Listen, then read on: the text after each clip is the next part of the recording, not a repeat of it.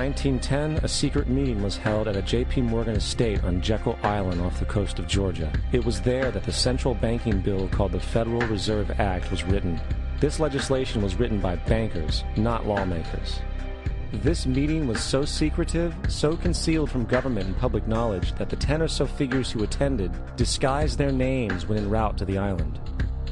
After this bill was constructed, it was then handed over to their political frontman, Senator Nelson Aldrich, to push through Congress.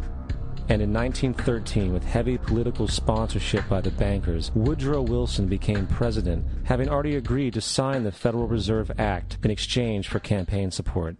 And 2 days before Christmas, when most of Congress was at home with their families, the Federal Reserve Act was voted in, and Wilson in turn made it law. Years later, Woodrow Wilson wrote, in regret,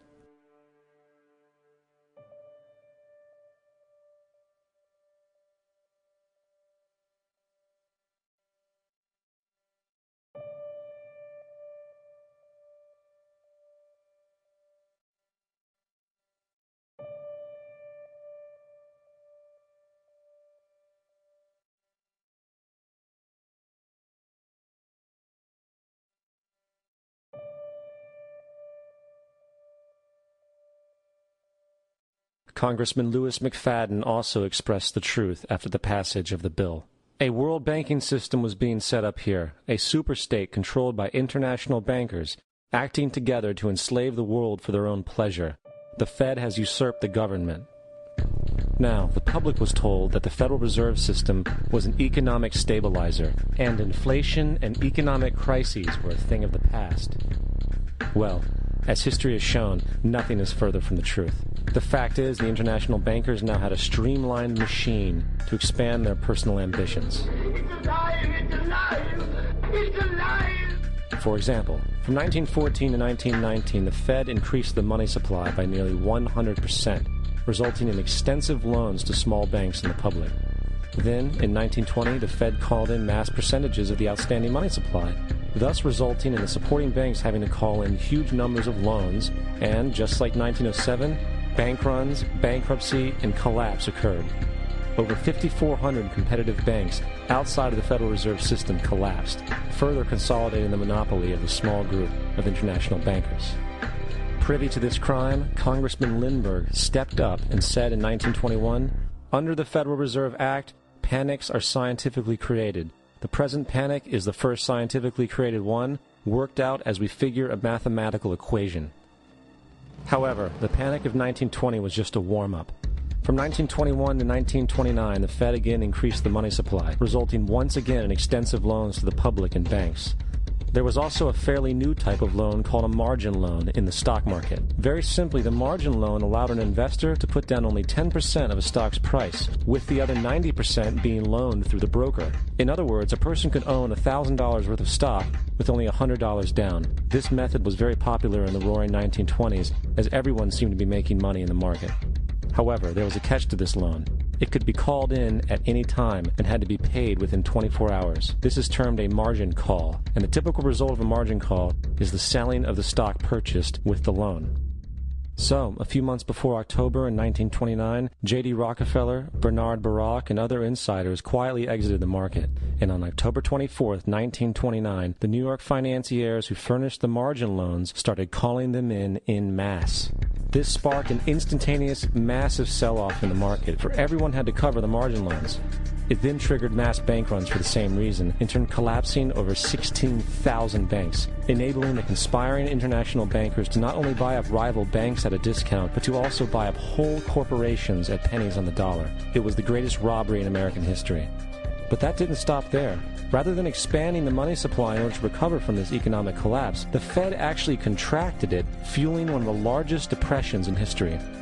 Once again outraged, Congressman Louis McFadden, a longtime opponent of the banking cartels, began bringing impeachment proceedings against the Federal Reserve Board, saying of the crash and depression, "It was a carefully contrived occurrence. International bankers sought to bring about a condition of despair so that they might emerge the rulers of us all." Not surprisingly, and after 2 previous assassination attempts, McFadden was poisoned at a banquet before he could push for the impeachment. Now, having reduced the society to squalor, the Federal Reserve bankers decided that the gold standard should be removed. In order to do this, they needed to acquire the remaining gold in the system. So, under the pretense of helping to end the Depression, came the 1933 gold seizure. Under the threat of imprisonment for 10 years, everyone in America was required to turn in all gold bullion to the Treasury, essentially robbing the public of what little wealth they had left. And at the end of 1933, the gold standard was abolished. If you look at a dollar bill from before 1933, it says it is redeemable in gold. You look at a dollar bill today, it says it is legal tender, which means it is backed by absolutely nothing. It is worthless paper. The only thing that gives our money value is how much of it is in circulation. Therefore, the power to regulate the money supply is also the power to regulate its value, which is also the power to bring entire economies and societies to its knees.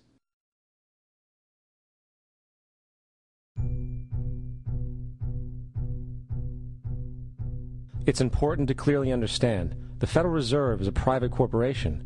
It is about as Federal as Federal Express. It makes its own policies and is under virtually no regulation by the U.S. government.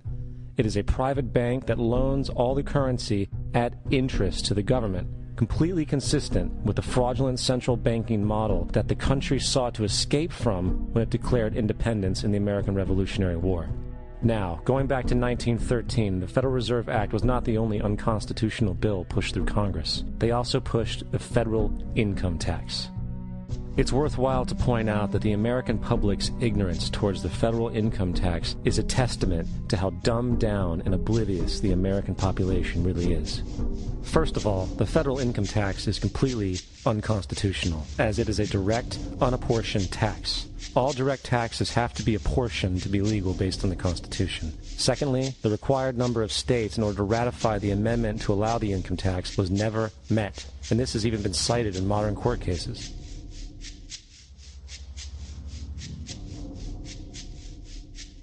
Third, at the present day, roughly 35% of the average worker's income is taken from them via this tax. That means you work 4 months out of the year to fulfill this tax obligation.